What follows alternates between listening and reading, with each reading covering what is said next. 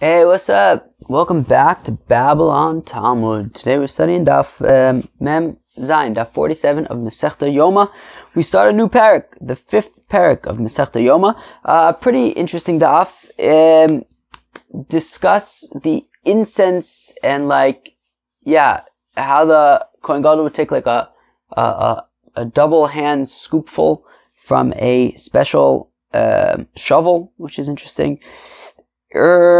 Okay, and then just kind of some sugis about the Ketores, whatever. I'm not going into that now. And then a little bit about Kemitza also by Korban Mincha when the Kohen takes that special fistful. So some of the halachas about that as well. Let us begin on Daf Mem Zayin Amud Aleph all the way at the top. Otziu lo es hakaf. Okay, so they took out to him the spoon. Okay, we've discussed the kaf and the machta in the context of the ketores before. The spoon is where the ketores would be in, and then there was the machta with the shovel that had the coals. Now, interestingly, the Gemara is going to explain what exactly the shovel that we're talking about here is. So, tzilo es hakav es hamachta. So they took out for him the spoon and the shovel. Chafan milo chafna v'nosan l'soch hakaf. And then he took he scooped out. Basically, imagine you have like a faucet and you're filling up both of your hands with water and like splashing it on your face or something like that. So you would take you would take a double scoopful of it. You would take his hands together and scoop up as much ketores as he can in his hands. Well, I don't know if necessarily enough ketores as he can is enough. The Gemara, I think somewhere, is going to ask exactly what that looks like. But he would take a double handful. A scoop. And he would take the incense that he managed to scoop up and put it in the spoon. Alright? And a bigger Kohen Gadol would have a bigger chofen, and a smaller Kohen Gadol would have a smaller chofen. And this was the measure, and the Gemara is going to look into what exactly that means, that this was its measure. And then he took the shovel in his right hand and the spoon in his left hand. One second, I thought that we already learned about the shovel. We learned, I think it was in the previous Mishnah, that he takes the shovel that he uses to scoop the coals from on top of the mizbeach. So he takes the shovel, goes to the top of the mizbeach, scoops up some coal, and then goes back down. And that's the coal that he's going to use for burning the incense. So what are we talking about the shovel a second time? So answer the Gemara, Hasamachta de gecholim v'achamachta de ketores. So the Gemara answers that in the previous Mishnah, we were discussing the shovel for the coals. That he would take up the shovel, scoop up some coal. Here, we're talking about a shovel that was full of incense, and he would scoop up the incense from in that shovel. The Tanya is within the Brisa Otziu lo es hakaf reikon milishkas hakelim, that they would bring for him an empty spoon from the office of the vessels that contained the vessels. Umachta gedusha shel ketores. And I don't know what I just said, but they would take an empty spoon from the office of the vessels, and then a shovel that was filled up had lots of incense on it. Milishkas Beis Avtinas, and that would come, of course, from the office of the Beis Avtinas, where they would make the ketores. So he would have this big shovel full of ketores, then he would take his hands and scoop up some ketores and put them into the spoon. Zok, the Gemara goes weiter based on the Mishnah. Chafan milo chafna v'nosin l'soch hakaf. He would fill up his hands with ketores and put it into the spoon. Agadol fi godol v'akodol fi kotno v'kacha samidasa. So a bigger Kohen Gadol would have more incense. A smaller Kohen Gadol would have less incense, and this was the measure. Fine. Weiter in the Gemara. Kaf biyom kippur milo amali. Milo chafna ve'evi omer achmona. So, fact the Gemara, how come I need the spoon? After all, the pasuk just says, "Melochafna ve'evi." It just says, let him fill up it, right? It says, fill up your hands with incense and bring that into the Kodesh HaKodashim. So why do I need the spoon? What does the spoon have to do with anything? Just, why doesn't the Kohen Gadol take his hands, scoop up some incense, and go into the Kodesh HaKodashim. What's the significance of the spoon over here? Forget about the spoon. So, and for the Gemara, Mishum Delo Efsher. Well, that wouldn't be possible. It wouldn't be possible to just scoop up the incense in your hands and go into the Kodesh HaKodashim. How come? Deichinayvid. Well, practically speaking, how would that work? Because, after all, he's also got to bring in the coals. So if his hands are filled up with incense, well then how can he also bring in the shovel that has the coals on it? If his hands are filled up with incense, how is he going to bring in the shovel? Well,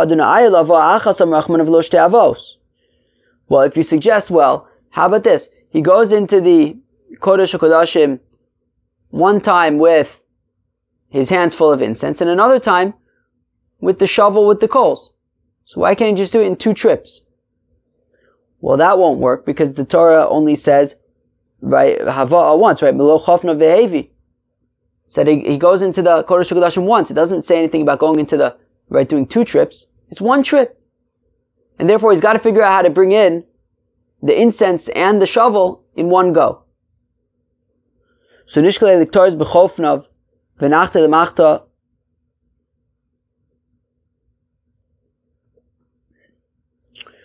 So then the Gemara suggests, why don't, right, again, so why doesn't he fill up his hands with Ketores, and then put the shovel with the coals on top of his hands? So Kilu, just get everything in at once, shtickle dance, but fill up his hands with Ketores, put the shovel on top of his hands, and just, might not be so comfortable, but just get everything in 1 shot. V'leil, and to go into the Kodesh HaKodashim. But then Kimati also meichinat lavid. But then what does he do when he gets into the Kodesh HaKodashim? He's got his hands full of Ketores, a shovel on top of it. Like how's he gonna get the Ketores onto the coals? It gets complicated. So nishkele b'shinei v'nachte l'machta. Okay, why doesn't he bring in maybe, so he's got his hands full of Ketores, and then he could put the shovel, hold it with his teeth, and then kind of bring it into the Kodesh HaKodashim and then put it down from his mouth. Well, if you wouldn't do this in front of a regular king of flesh and blood, because it's like strange. Well, then certainly you shouldn't go into the Kodesh. You shouldn't have the Kohen Gadol going into the Kodesh HaKodashim on Yom Kippur with a shovel that he's holding in his mouth and his hands full of incense, trying to just juggle a few things at once. No, it should be organized. And therefore, and therefore, it's not really going to be possible for him to have his hands full of Ketores and also manage to get in the shovel full of coals in a way that would sort of be mechubad and proper and respectful, and what we would sort of, expect of the Kohen Gadol doing the avodah on Yom Kippur in the Kodesh HaKodashim. And therefore, the most organized and neat and respectable way to do that is to just take the incense from his hands, put it into a spoon, and then he'll bring in a shovel full of coal, a spoon full of incense. He'll make a shidduch in the Kodesh HaKodashim, and that would work out. Just like we learned by the Nisim in Parshas Naso that we read recently, right? Was it kafachas mlea ketores? That they had a spoon full of ketores. So here also, the Kohen Gadol would bring into the Kodesh HaKodashim a spoon full of ketores, and he would dump that onto the coals, and that's how the ketores would burn. Fine. Now the Mishnah had said that he takes in the shovel full of coals in his right hand and the incense in his left hand. Now, in fact, the Gemara, and we've seen this before in the Gemara in Eruvin, Yitziva ba'arav giyor b'shmei. This seems backwards. Is it possible that you have the upright people down here on earth and you have the aliens up above Kilu in the higher, more mechubad place? Meaning everything's topsy-turvy over here. I don't understand. How could it be that the ketores, which is the important thing over here, is in your left hand, and the coals, which are not quite as important as the ketores, are in your right hand? I would think that you would carry the ketores, which is the chashuv thing, in his right hand, and the coals in the left hand. Zom meruba v'zom wetes, and for the Gemara, well, the thing is, practically speaking, the coals, there's more coals than there is incense, and it's heavier. And therefore, use your right hand just to be able to manage it better. The assumption being that he was a righty. And even if you have a Kohen Gadol that was very big, and therefore his chofen, his hands full of Ketores was quite a lot, and therefore maybe it did equal the weight of the coals. And like Rabbi Shmuel ben Kimchis, the Rabbi Shmuel ben Kimchis apparently was very big, and he would be able to chop a lot of incense in his hands. And therefore, even in the case of Rabbi Shmuel ben Kimchis, where there was quite a lot of Ketores, even so, you would still hold the coals in the right hand, because, sort of the average person, the coals would be heavier than the incense, and therefore, even if you're Rabbi Shmuel ben Kimchis, nonetheless, you would stick to the template, which is the shovel full of coals in your right hand and the incense in your left hand. Skip the next few words. Amru olav Rabbi Shmuel ben Kimchis. They said about Rabbi Shmuel ben Kimchis that he would be able, in his hands, that he would be able to scoop up 4 kavs worth of incense. Wow, sounds very nice. And he would say, Kol anashim zrad zardu v'zered imi v'zered ima ala legag. Okay. And he says that all of the women, they had a certain zered, but my mother, her zered was like way better than theirs. What's exactly the zered thing? So there's 2 options. Ikadami ba'arson. So those who say it's some kind of, something that, sick people eat. And what he's saying is that when my mom was pregnant with me, she would eat this arson, which I guess people when they're pregnant they would eat.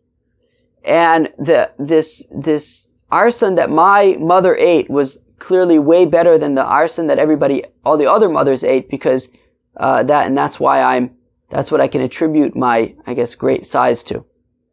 And like Rabbi Bar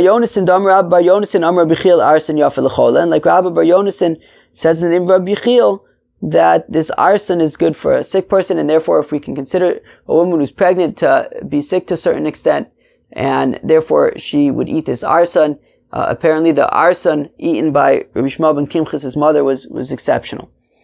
To those who say that when it comes to sperm, that his mother managed to somehow be able to select the optimal sperm cell and make him. And that's why I guess he was so big. Because it was his mother's selection ability to select the optimal sperm cell was quite exceptional. And like Rabbi Rami asked the kasha. On the one hand, you have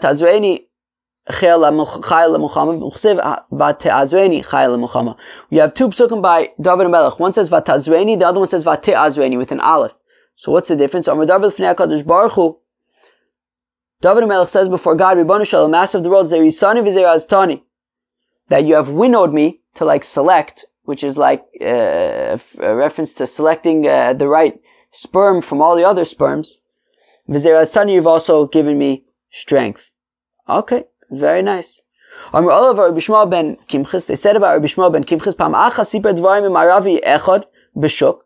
One time, Rabbi Shmuel ben Kimchis, on Yom Kippur, he was speaking with a certain Arab in the marketplace, and some spit landed from the mouth of the Arab onto the clothing of Rabbi Shmuel ben Kimchis. Now, the Gemara doesn't say this, but I assume that the point is that we stam of the Kochavim, or I guess non-Jewish people, have a status of a Zav, and a Zav, the Roko, is a Avatuma, which would be Mitame him.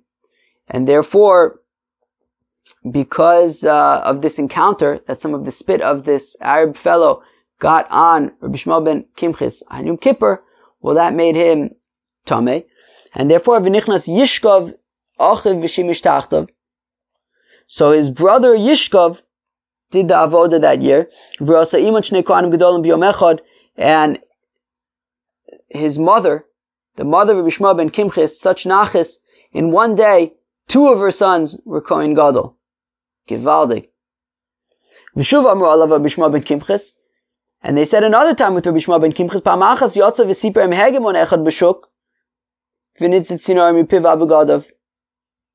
Okay, another time on Yom Kippur, he was talking to some other fellow, non-Jewish fellow in the shuk, and some spit gun on his clothing. So this time, v'nichnas Yosef achiv v'shimish tachtov. So this time his brother Joseph became the Kohen Gadol that day. And his mother saw 2 children be Kohen Gadol in one day. Rabbi Shema ben Kimchis and his brother Yosef. Interesting, what's with Rabbi Shema ben Kimchis that he keeps on becoming Tameh on Yom Kippur? Interesting. Alright, I wonder. Tanu Rabbanan, the rabbis taught Shiva Banim, Ayula le Kimchis. So Rabbi Shema ben Kimchis, his mother, had 7 sons, v'chulen shimshu b'chuna gadol, and all of them were Kohen Gadols. Very interesting. So and the rabbi said to her, what did you do to merit to have 7 sons be Kohen Gadol? She said to them,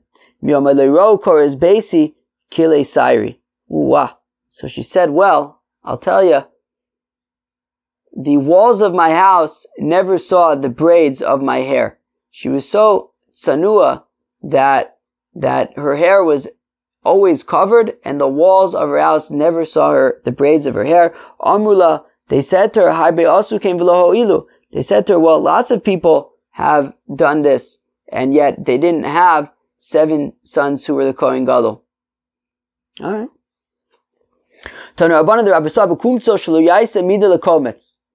Okay, so the pasuk says bekumtso in the context of the kometz. Who could tell me what the kometz is? That when there would be a korban mincha, a flour offering, so the Kohen Gadol, and we're going to see at the bottom of the page exactly how this works, but the Kohen Gadol would scoop up some flour in a fistful, and that would essentially be burnt on the mizbeach. So bekumtso, his fistful, shelo yaise mida lekometz. Don't make a measure for the kometz. Rather, it has to be your fistful. Meaning, if you have a Kohen, we want him to mamish, what's it called? The no frills way. Take your fist, get dirty, take your fist, stick it into the flour, take a fistful. That's what you can use. Do not determine how much flour could fit into your hand and then make a some kind of measuring cup for that same amount and then use the measuring cup. No, use your hand. Right? Don't make a measuring cup for the equivalent of your fistful. No, use your hand. But what about the Kohen Gadol on Yom Kippur for the Ktoris? Can he make a measuring cup for the equivalent of his double hand scooping? Where am I? So do we say that, well, specifically by the kometz, it says bekumtso, but over here it doesn't say bechofnav with his double hand scoopful. Ela melochofnav, it says filled, the filling of his double hand scoopful. Kitoria samim daka, a very thin incense. Lo, so maybe it wouldn't have to be specifically his hands. Maybe he could use some kind of measuring cup. Or maybe we learn how to exer shava of milo from kometz and say that just like the kometz you have to use your hands, so also by the melochofnav you have to use your hands. What do you guys think? Tashma kominir vikach oiso midasa. This was the amount, right? Our Mishnah had said, and I said that the Gemara was going to get back to this, right? The Mishnah had said, agadol fi godlo v'akotl fi kodno v'chach oiso midasa. That if you have a bigger Kohen Gadol, it would be more incense. A smaller Kohen Gadol would be less incense. And this was the amount. What does it mean, this was the amount? My love, shemrotzu lasos mida ose. So doesn't this mean that, what does it mean that this was the amount? Maybe what it's saying is that you're allowed to make a mida. You're allowed to make a measuring cup if you want to from lo chofnav lo. Gemara says no. Hachikamer, this is what it's saying. The Gemara wants to suggest that no, maybe what that means, means that, and similarly, when he would get into the Kodesh HaKodashim, he would then scoop out the incense with his hands from the spoon a second time. So kilu, initially there would be the shovel full of incense. He would take a double hand scoopful and put it into the spoon that he would take with him into the Kodesh Kodashim. And maybe what the Mishnah is saying is that then in the Kodesh Kodashim, he would remove he wouldn't just dump the spoon onto the coals. He would use his double hands and remove the incense from the spoon and then from his hands on the coals. But does that imply then it's a machlokas that we're going to see about whether or not he should, the Gemara is going to discuss whether or not he should use his double hand scoopful a second time or not. So if we're saying that what the Mishnah means when it says v'chachaysu midasa, it means that he would scoop it out of the spoon. Well, then that seems to be showing that the answer is that he would scoop it out a second time, but that isn't necessarily the answer. So, so then maybe going back to our original suggestion, maybe it does mean that if he wants to, that when it says it means that if he wants to, he could make a measuring cup for it. Inami, or perhaps what it means is that he shouldn't have any more than his double hand scoopful, or no less. It should be just the right amount. It's inconclusive exactly, I guess, what we should be learning out from v'chachaysu midasa. Okay, fine, very good. Tana Rabbanan, the Rabbi Sam lo kumtso. Okay, so it says by the komets, by the mincha, it's got to fill up his fistful. Yochem avoratz. What if there's like flour sticking out of his fist? Right? Does it have to be like a neat fistful, or what if there's just like flour jabbing out everywhere? No, it has to be just a fistful, no more. No messy fistfuls. But what if then, okay, fine, so what if I do the opposite? What if I just take as little as possible? Just like take the tips of my fingers and get a little flour in there and that's it, but don't actually fill up my fistful. Therefore it says you have to fill up your fists. As people take fistfuls, I guess. Okay, how do you do this? So what you do is you take your middle three fingers, so excluding your thumb and your pinky, you take the middle three fingers and you use that to scoop up the flour into your palm and make sure there's nothing sticking out and messy, nice and neat, and then that would be the komets.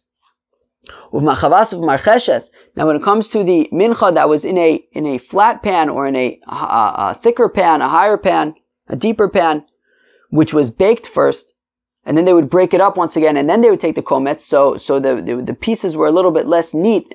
Fine flour, it'll just kind of fall away on its own, easier. But this was like coarser flour, so it needed a little bit more massaging. So mochik begodlo milamaylo ve'etzbao katana milamata v'zo avoda kosher shebemikdash. Very interesting. So when it comes to the machavas and the marcheshes, which was needed a little bit more work to get it to be a neat fistful, so he would use his thumb and his pinky to sort of rub away the extra mincha from the top and the bottom of the komets. V'zoi avoda kosher shebemikdash zakta Gemara, and this was the most difficult of skill in the Beis Hamikdash, was figuring out how to get the perfect komets. Fact, the Gemara zoi v'sula, what there was no other difficult avoda. V'aika malika, v'aika chafina. What about malika? When you would grab a bird and kill it with your fingernail. And what about chafina, taking the double spoon, right, the double scoopful, and then figuring out how to get it onto the coals? Okay, we're going to see. That was also complicated. So no, this was one of the difficult avodas. The difficult kind of skills is figuring out how to do the komets perfectly. Among also the chafina and the malika, there were a few sort of skilled techniques that had to be developed in the Beis Hamikdash. Rabbi Yochanan says, Rabbi Yochanan by Rabbi Yoshua ben Uzzah. Rabbi Yoshua ben Uzzah asked the following question: Ben abinayim shem lo kumtza ma'u. What about the flour that's between your fingers in a komets? We said that any flour that's sticking out of the komets, so that's a problem. It's got to be fill up your fist, but not messy and sticking out. But what about flour that's like between your fingers? Like not sticking out, but like kind of in between the fingers. I don't know, in like the layers of the fingers of the fist. Rav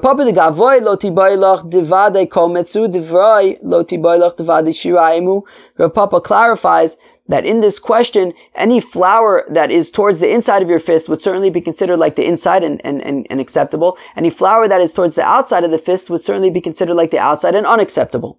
We're mamish asking about the flour that is like layered between the fingers, not on the outside, not on the inside, mamish right in the middle. Alright? What's the halacha? What do you do with them? Do we consider them like they're part of the kometz or not? Or Rabbi Yochanan Hadar Pashto Rabbi Yeshua ben Uzzah, that says Rabbi Yochanan that Rabbi Yeshua ben Uzzah then answered the question ben Abinaim Sofik Ninu. The flour between the fingers are a suffix. We're not sure.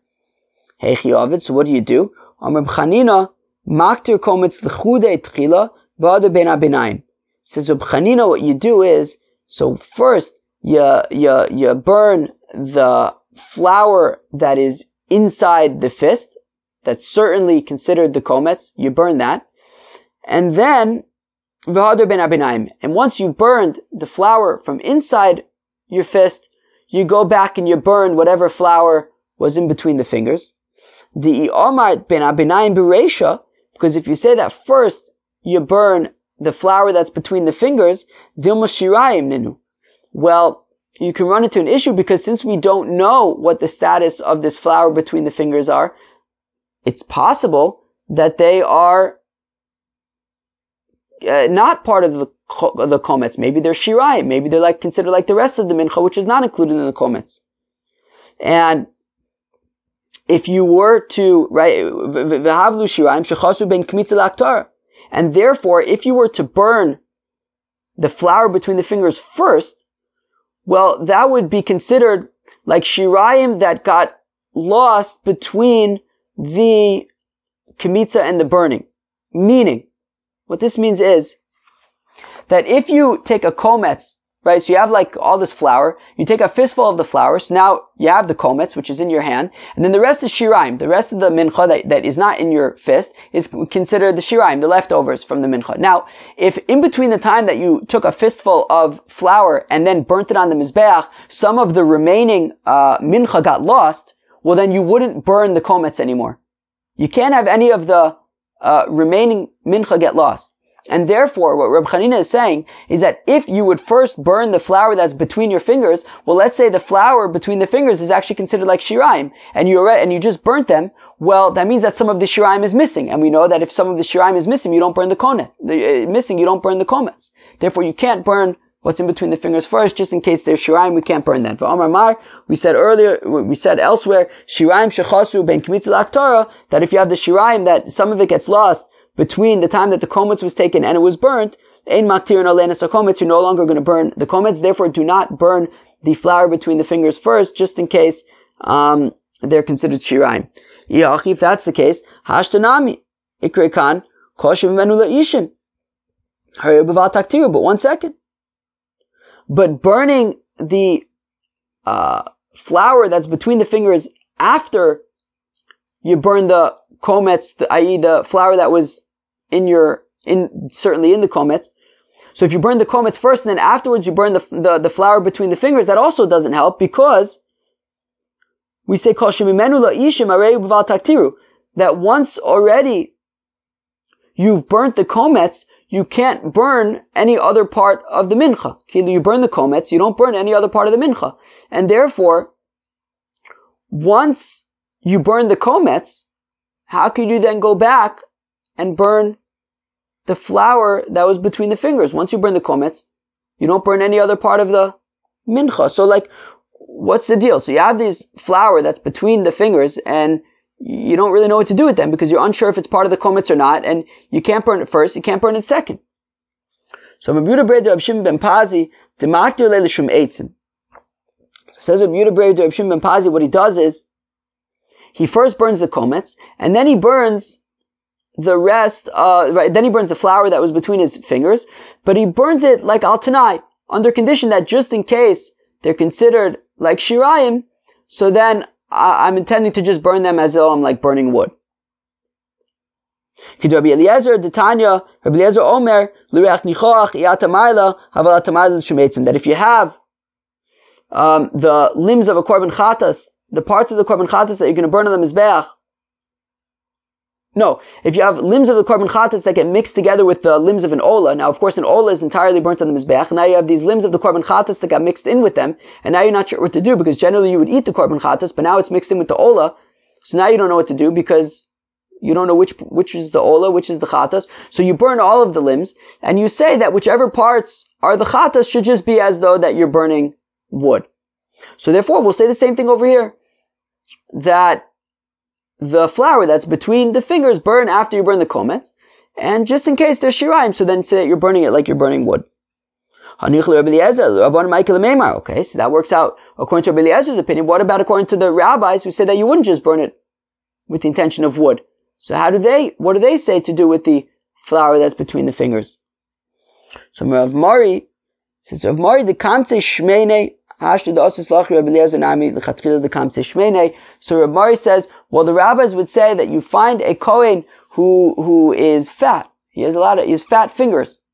And therefore, because he has fat fingers, there's no room for any flour to get stuck between the fingers because they stick together, the fingers stick to press against each other and don't allow any flour to get in.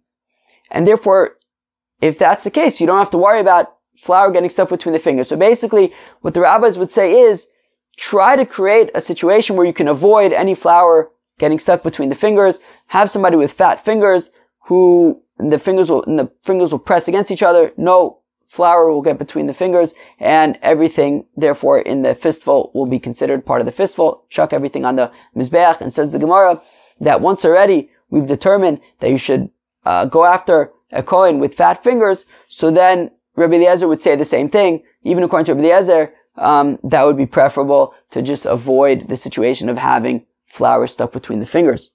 Okay. Now we're going to get to like a bunch of teku cases, basically till the end of the daf, and we're going to continue tomorrow also with a number of teku cases scattered about. So, what about any flour that's like stuck between his fingers when it comes to the incense? We just talked about flour stuck between the fingers by a kometz, by a mincha. What about flour stuck between the fingers by the kitoras of the Kohen Gadol on Yom Kippur? So Gemara says, well, what exactly is he asking? If you're saying, well, do we learn out the Gzeir Shava of Milo Kumtso Emlo Chofnov from the Mincha? Well, that's the same kash that we asked earlier regarding if you can make a measuring cup, and it was unclear if we learned that Gezer Shava or not. So I mean, it's the same question essentially as we asked earlier of would we compare the Mlo Chofnov to the Mlo Kumtso? Rav Papa Achi Ba'ilei. This is what Rav Papa is asking. Mlo Chofnov ve'hevi ba'inan va'ika. Do we say, well, all the pasuk says Mlo Chofnov ve'hevi. Va'ika just says that you have to fill up your hands full of incense and bring it. And you are bringing it. You're filling up your hands, you're bringing it. So I don't care that there's stuff between the fingers. Or maybe we needed to take, and therefore you're only taking what's inside of your hands, not anything that's stuck between the fingers, so then maybe it wouldn't work. V'aleka, teku. The Gemara says we don't know. Rav Papa says, Rav Papa pshitali milo kumtso kidekamse inche. Okay, Rav Papa says, okay, I understand that you want to take a fistful of the flour from the mincha, just like a regular normal fistful, okay? But Rav Papa comments, brosheds ba'osav mahu. Okay, what if you did, I don't know, some kind of fancy way of taking a kometz where you, I don't know, use your fingers and close them on your palm somehow. I don't know, milamata l'mayla mahu. What if you like stick your whole hand in or something and then take the kometz, which I guess wouldn't be what you want to do? Minat staden mahu, or like if you stick the back of your hand in and press it down so that like the flour kind of folds in on your hand. Teku, okay. Man, these tekus are so funny. It's like the Gemara is basically saying like, I don't know what to do. Alright. And he basically asked the same question regarding the melochafnov of the Ketores on Yom Kippur. So, what if you use like the tips of his fingers? Lema, or if he, stuck his hands in and then took the scoopful after that, which I guess would be different than the normal way to take your scoopful. Minatzad ma'u, or if he stuck the back of his hands in and let the flour fall in around it, the incense falling around it. Chofan b'zo v'zo v'kervan eitzelzo. What if you took separate handfuls and then brought them together? Ma'u teku, says we don't know. So I guess the best thing would just be to, whatever would be considered a normal way to take a double hand scoopful, that's what he should do. Don't try to get fancy, I guess. Alright. But then again, there's that saying that teku is tishbi yitaretz kushus v'ibos or something, Mashiach will answer them. Well, so I guess if the Kohen Gadol is around, so then you can just ask Eliyahu and Avi, I guess. Alright. Well, that was Daf Mem Zayin of Masechta Yoma. So we started the 5th perek of Masechta Yoma, which is cool. We've been talking about the incense, which is also cool. We discussed the shovel for the incense, right? Up until now we discussed a shovel for coals. Now we mentioned that there was a shovel that they would bring from the Beis Avtinas, the Lishkas Beis Avtinas, full of incense, and he would take his double handfuls from there.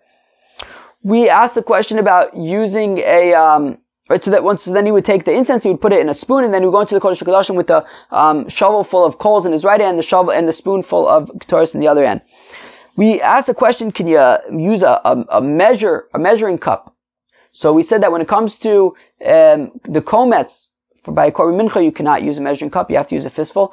We wanted to figure out maybe you can use a measuring cup for the Ketores. We couldn't really figure that one out. We said the question of, we talked about kamitza, taking a kometz, a fistful of flour, that you take the middle 3 fingers and you use that to fill up your hand. You don't want to have more or less than that. And then we asked the question, what happens if you have some flour between your fingers? We said, well, we're not really sure what the flour between the fingers of a kometz are considered. Are they considered part of the kometz, or are they considered not part of the kometz? So we gave 2 suggestions. One was according to Rabbi Eliezer, based on the opinion of Rabbi Eliezer, we would suggest that first you would burn the kometz, and then you would burn whatever, the flour that was between the fingers, and by doing so, you would make a condition that just in case this flour is considered shiraim, is not part of the kometz, I'm just burning it like wood. The other suggestion, which the Gemara seemed to prefer, was just to get a Kohen who had fat fingers, and because he had fat fingers, so no flour would be able to get between the fingers, and you wouldn't have to worry about flour getting between the fingers, because they would be blocked by the fingers pressing against each other. And then we had a few kind of teku scenarios at the end. That was Daf Mem Zayin of Masechta Yoma. I hope you enjoyed. Have a great day. Cheers.